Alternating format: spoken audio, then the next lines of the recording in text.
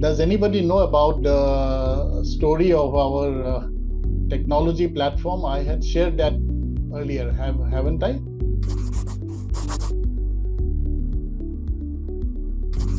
So when I started and I registered my company, the only person that I had, because I had no option, was a chartered accountant called Malay Damania and Associates. Now, and I asked Malay Damania that who manages your technology, IT? Malay Damania Associates is a small company, so they said there is a guy called Manavendra Dwivedi who manages my technology. So I called Manavendra. Manavendra came home because we didn't have an office. He came to my home, my residence.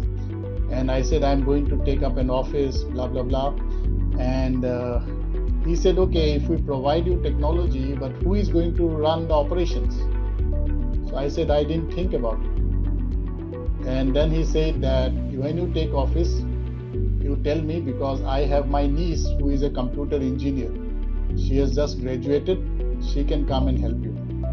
So Manavendra Dwivedi's niece is Smriti Dwivedi.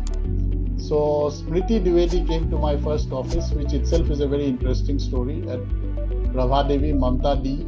I went to get that office from one Mr. Sharma. Sharma ji is a veteran with 40 years experience. His son met me first, and I said I don't have money to pay a deposit, but after 3 months we'll pay it because our clients will pay.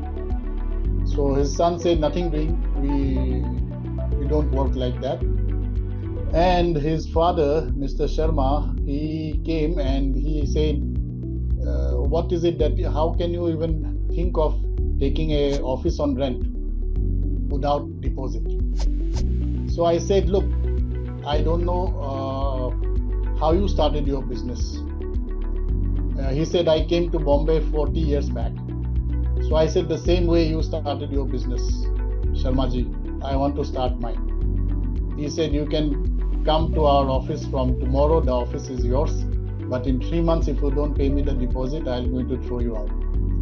So Sharmaji still calls me once a year during Diwali time. And that is how we got our first office without paying any deposit. Some of you know that my first client paid for my laptop because I didn't have money to pay for a laptop. And now comes the interesting story. Manavendra Dwivedi said, I only do hardware maintenance, but you need somebody to build a platform software.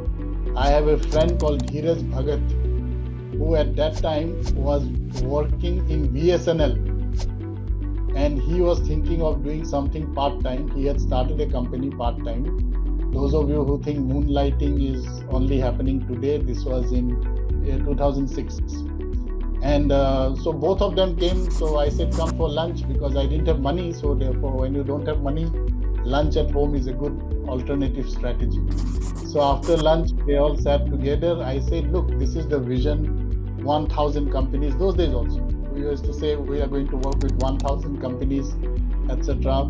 And I did a back of the envelope calculation, and a friend of mine said, your IT cost should not be more than 10%. So I told him that 5% of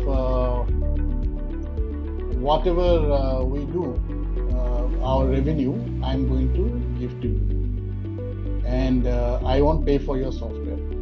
And because the software itself, even in those days, was 25 lakhs, so I ended up paying a token amount of 1 lakh. I never paid anything after that for software. And the entire software that was developed, we did it with that arrangement, a belief that our business is going to grow, and therefore 5% is good enough. And that translated into 5 crores of revenue for Dheeraj last year. It became so lucrative that we created a company where we are the majority shareholders, and Dheeraj is a minority shareholder in that company. But I thought I'd like to share with you the story of how amazing things happen when you believe in what you want to do.